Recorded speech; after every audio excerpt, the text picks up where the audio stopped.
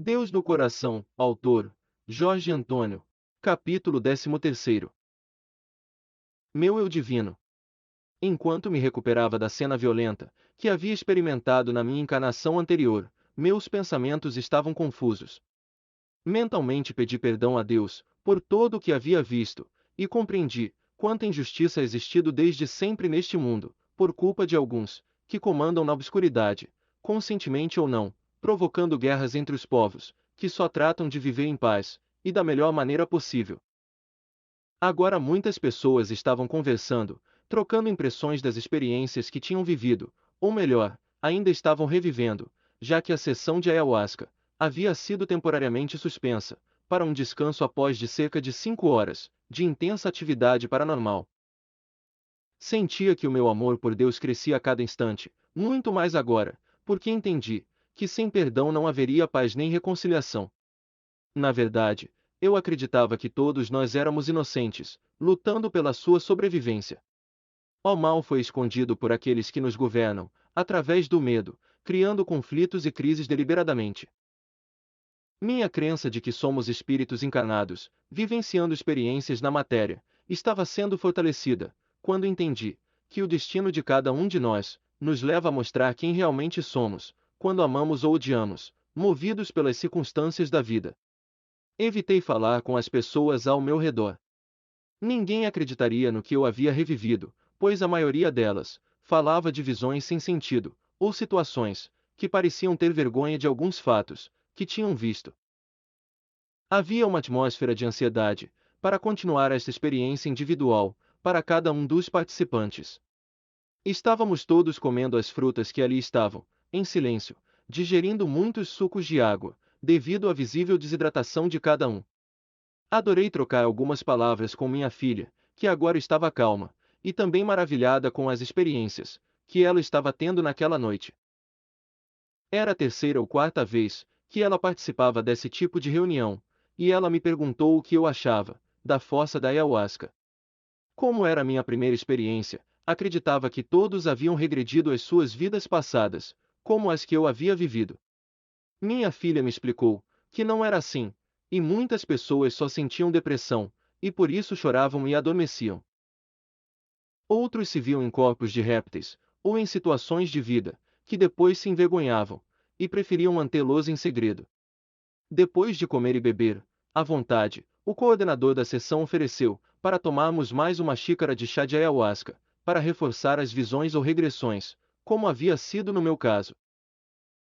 A maioria aceitou, mas recusei-me a tomar mais, porque para mim, essa experiência havia superado todas as minhas expectativas, se é que eu tinha alguma, antes do início da sessão. Voltamos aos nossos lugares, para continuar o caminho desconhecido, que a força da ayahuasca nos mostrava. Respirei fundo, e fechei os olhos na esperança de continuar, e ter um final feliz, quando tudo isso acabasse, pensei. Os tambores e mantras reiniciaram sua música harmoniosa, e criaram uma atmosfera de paz e amor, que não pode ser explicada em palavras, porque é puro sentimento. Eu me sentia feliz, porque um dos meus sonhos nesta vida era poder saber quem eu era, ou quem poderia ter sido em outras vidas. Nunca imaginei que o chá de ayahuasca fosse realizar aquele desejo de ter uma regressão tão real a vidas passadas, e saber que minha origem era extraterrestre. Fechei os olhos, estava em paz agora e confiante de que tudo o que me fosse revelado seria uma bênção ainda maior. Os mantras agora eram ouvidos de longe, e eu me sentia como se estivesse viajando no espaço. A voz que me acompanhava interrompeu meus pensamentos perguntando: agora você está em uma dimensão que nunca alcançou antes. Aproveite para desfrutar da paz que reina neste lugar.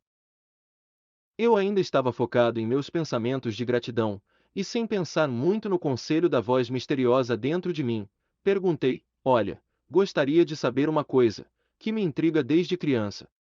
Pelo que me lembro, sempre questionei a vida, desde cedo, tendo sempre recebido todas as respostas. Foi Deus quem falava comigo todas essas vezes, ou as respostas vieram por outros meios? Bem, todas as tuas perguntas, sou eu quem as responde, desde que você tomou conhecimento da vida. Sou teu amigo, que sempre está com você nesta dimensão, e estou aqui para isso, para te ajudar a encontrar o teu caminho. A voz me respondeu. Fiquei em silêncio por um momento, e pedi novamente, a esta voz amiga, que sempre me acompanhava. Então, você é meu anjo da guarda. Eu ouvi uma risada em resposta, seguida da seguinte explicação: já disse que sou teu amigo, e não um anjo da guarda. Os anjos da guarda não existem, como você pensa. Voltei aos meus pensamentos, um pouco decepcionado com a resposta. Sempre acreditei em anjos da guarda, e até mesmo, eu às vezes fazia uma oração, para ele, que eu conhecia. Perguntei ao meu amigo misterioso, novamente: olha, se você é só meu amigo, posso te ver agora? Imediatamente ouvi sua resposta: infelizmente não. Estamos em planos muito diferentes, e por mais que quiséssemos, isso não é possível. Respondeu o meu amigo, me deixando um pouco decepcionado com a sua resposta. Então, nunca nos veremos. Novamente ouvi suas palavras. Parecia-me que agora ele estava sorrindo. Bem, eu sempre te vejo daqui. Mesmo agora estou vendo você. A gente tem um trato, quando você está encarnado, como agora, eu te acompanho, e te protejo sempre, que você me pedir alguma ajuda, ou quando precisar.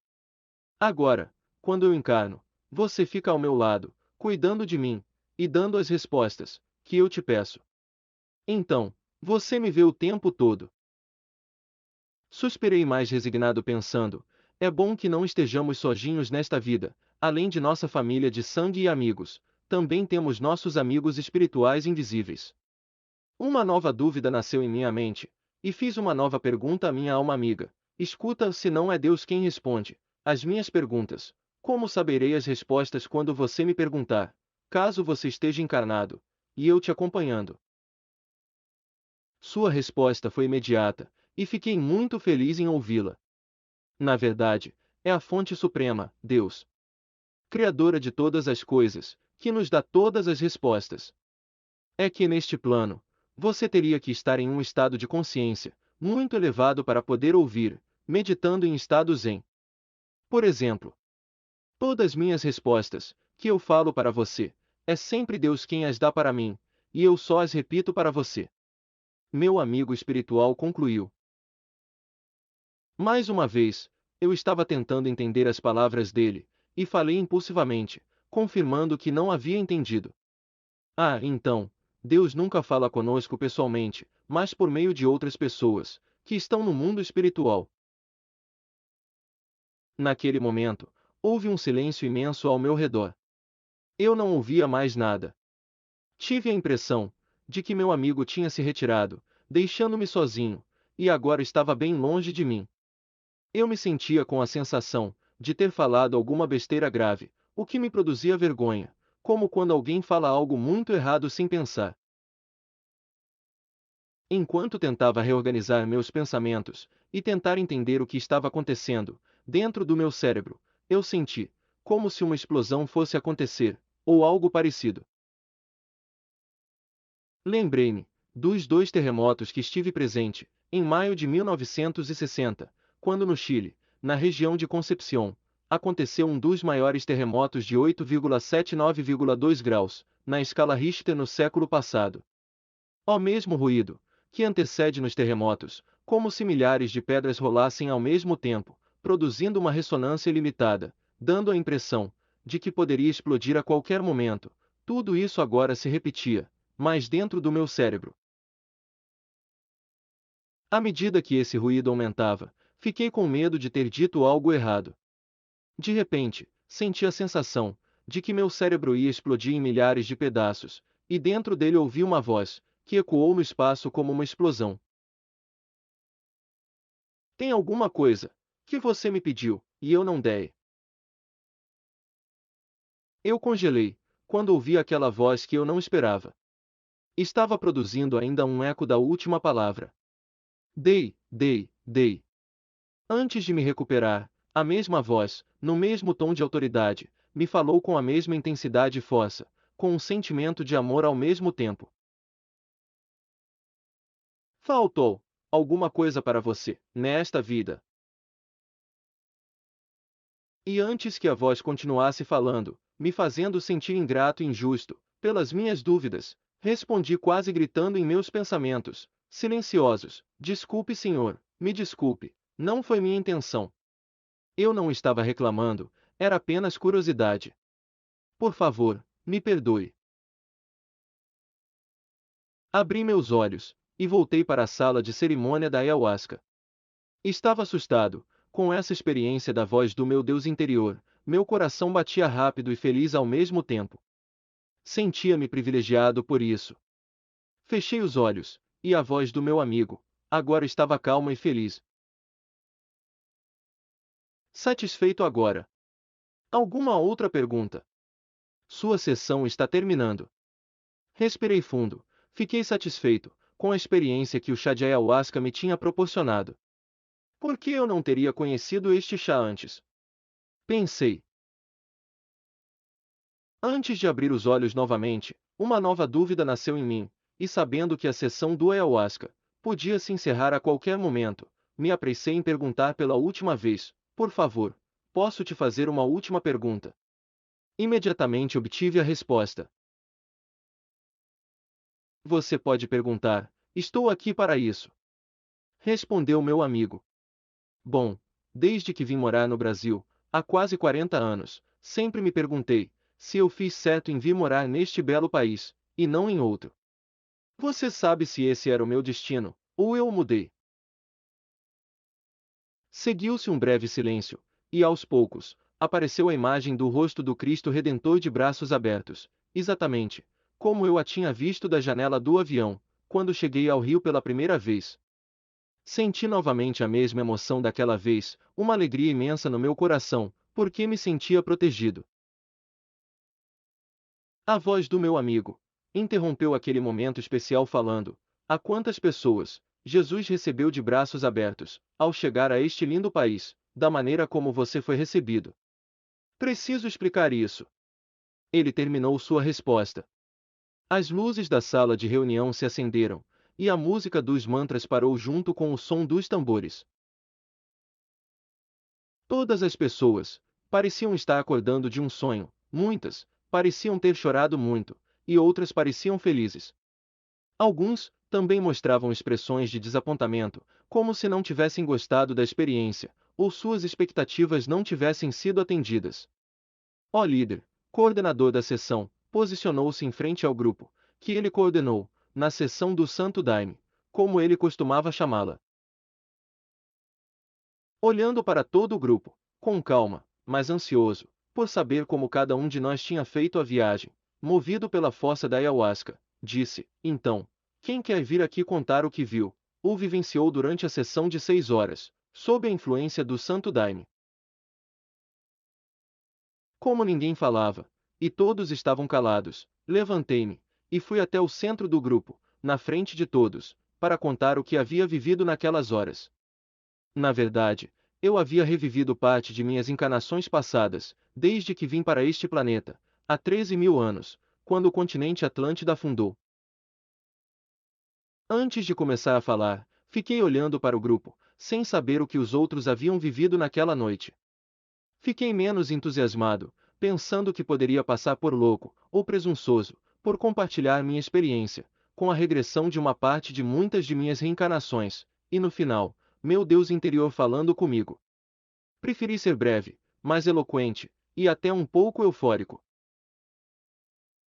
Para mim, foi a maior experiência de toda a minha vida. Tudo o que vi e senti esta noite superou todas as minhas expectativas. Agradeço a todos que tornaram possível esta sessão de ayahuasca.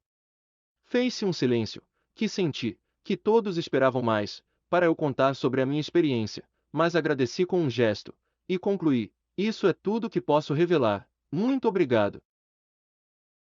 Muitos outros se levantaram depois, e falaram palavras semelhantes, agradecendo no final, embora alguns confessassem não ter visto nada. Pessoalmente, ao longo da sessão, depois que a força me transportou para outras dimensões, nunca senti tanto amor pela vida, por Deus e por toda a criação, mesmo quando estava em situação de sofrimento ou violência.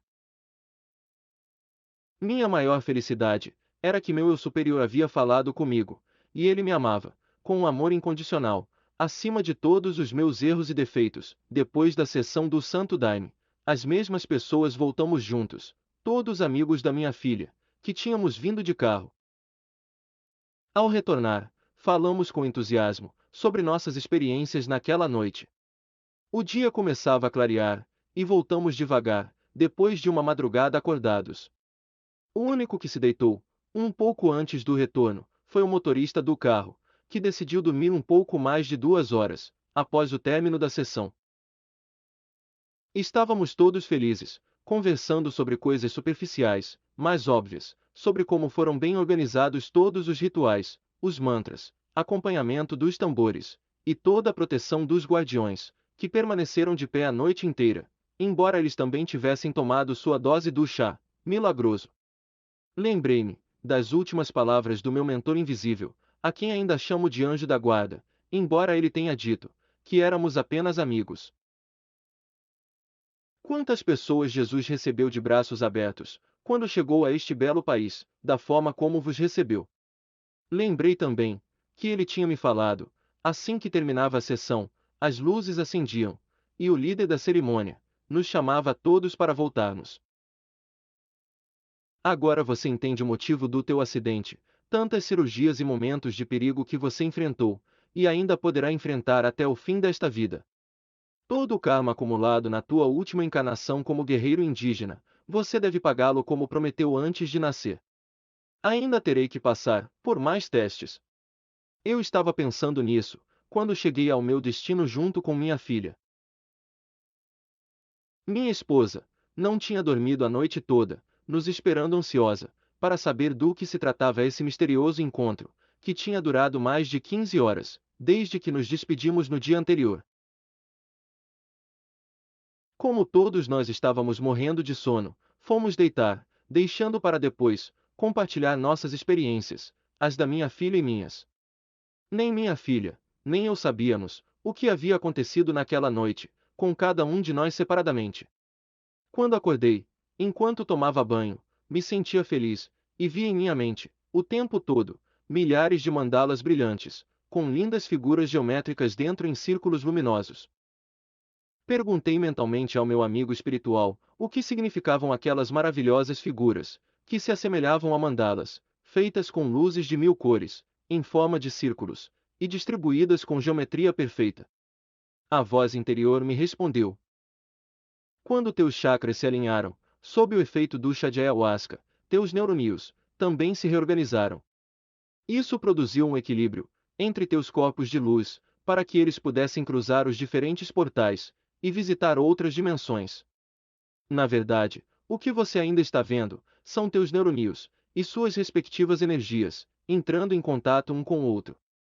Isso também acontece quando você medita ou está orando. Mas por que eu não tinha visto antes?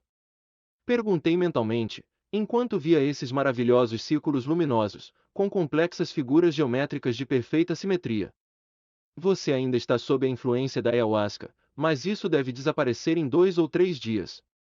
Respondeu meu amigo protetor, que me acompanha. Dias depois, as mandalas em minha mente desapareceram. Essa tarde, depois de acordar, minha esposa, minha filha e eu, estávamos fazendo um brainstorming, enquanto compartilhamos nossas experiências da noite anterior. Embora nossas experiências do Santo Daime tenham sido totalmente diferentes, entre as que eu tive e as de minha filha, ela também regrediu para suas vidas passadas, de outras encarnações. Depois de um tempo aprendi que as pessoas que buscam o conhecimento espiritual, através do chá de ayahuasca, muito poucas têm o privilégio de ter uma regressão às suas vidas anteriores. Por quê? Não consigo explicar qual é o motivo. A minha experiência com este chá, e as últimas palavras do meu amigo anjo da guarda, embora não goste que o chame assim, fizeram-me pensar que sem a sua ajuda, e a do meu Deus interior, não estaria vivo hoje. Será que eu sobrevivi para poder relatar todos os milagres que aconteceram nesta minha vida? É esse tipo de experiências que me fazem entender o quanto Deus nos ama, independente de qualquer bem ou mal que possamos ter causado. Ele sempre perdoa nossos erros, que em nossa ignorância, poderíamos cometer nesta, ou em qualquer outra encarnação anterior. Karma não é castigo, como a maioria das pessoas acredita. Karma é aprendizado, é conhecendo e vivendo o mal, que cometemos, e que depois sofremos, acabamos conhecendo o bem.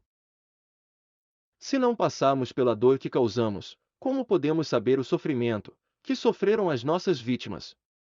E não me refiro apenas à dor física, mas também à dor da alma, ao ego humilhado, às injustiças impostas, protegidas por leis parciais, que favorecem uma minoria. Ó Santo Daime me deu essa consciência, para entender por que eu estava tão protegido nesta vida.